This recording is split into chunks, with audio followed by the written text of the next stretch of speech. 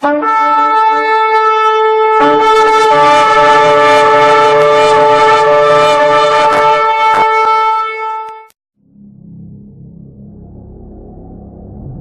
I stood upon the sand of the sea, and saw a beast rise up out of the sea, having 7 heads and 10 horns, and upon his horns 10 crowns, and upon his heads the name of blasphemy.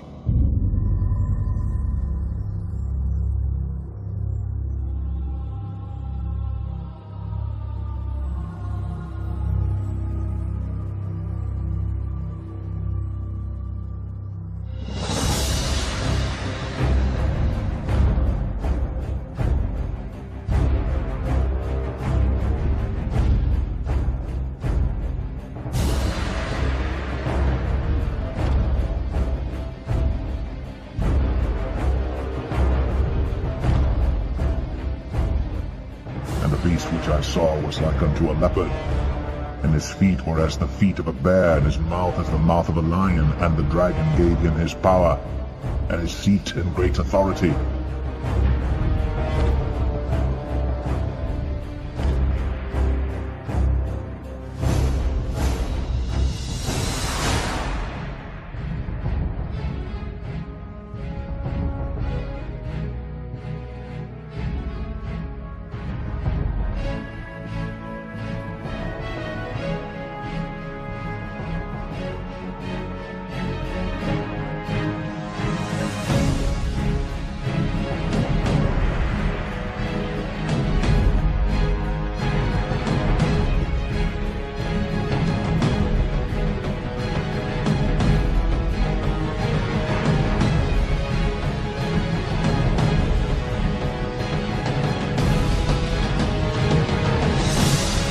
And I saw one of his heads, as it were, wounded to death, and his deadly wound was healed.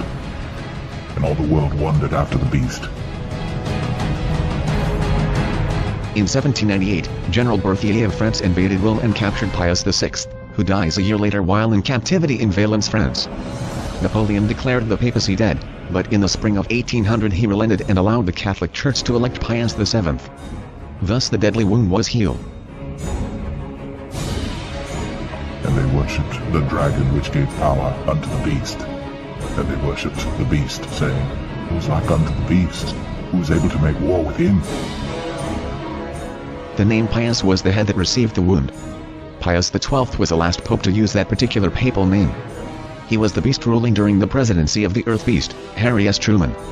Keep in mind that every secret society that is Illuminati, Freemasons, Skull and Bones, Jesuits, Luciferians, etc., recognize the Pope as their temporal head.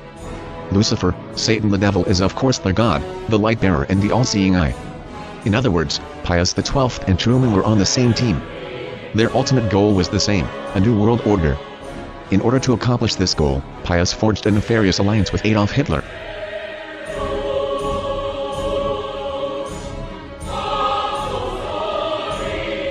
And there was given unto him a mouth speaking great things and blasphemies, and power was given unto him to continue 42 months.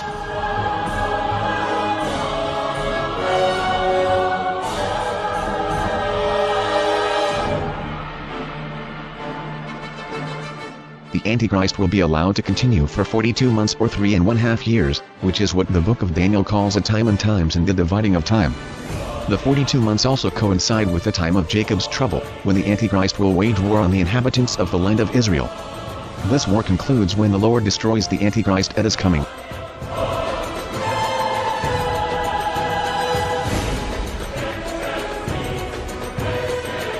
And he opened his mouth in blasphemy against God, to blaspheme his name and his tabernacle, and them that dwell in heaven. And it was given unto him to make war with the saints, and to overcome them. And power was given him over all kindreds and tongues and nations. And all that dwell upon the earth shall worship him, whose names are not written in the book of life of the Lamb slain from the foundation of the world. If any man have an ear, let him hear. He that leadeth into captivity shall go into captivity. He that killeth with the sword must be killed with the sword. Here is the patience and faith of the saints.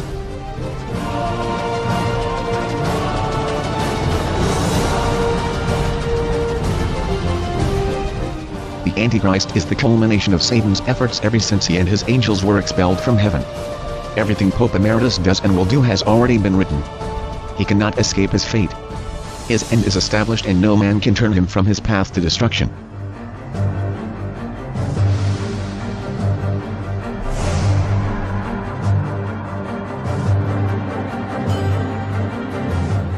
The seed beast represents the papal empire from 1775 until its destruction when the Lord returns. Emeritus, as Benedict is currently known, is the last king of the papacy.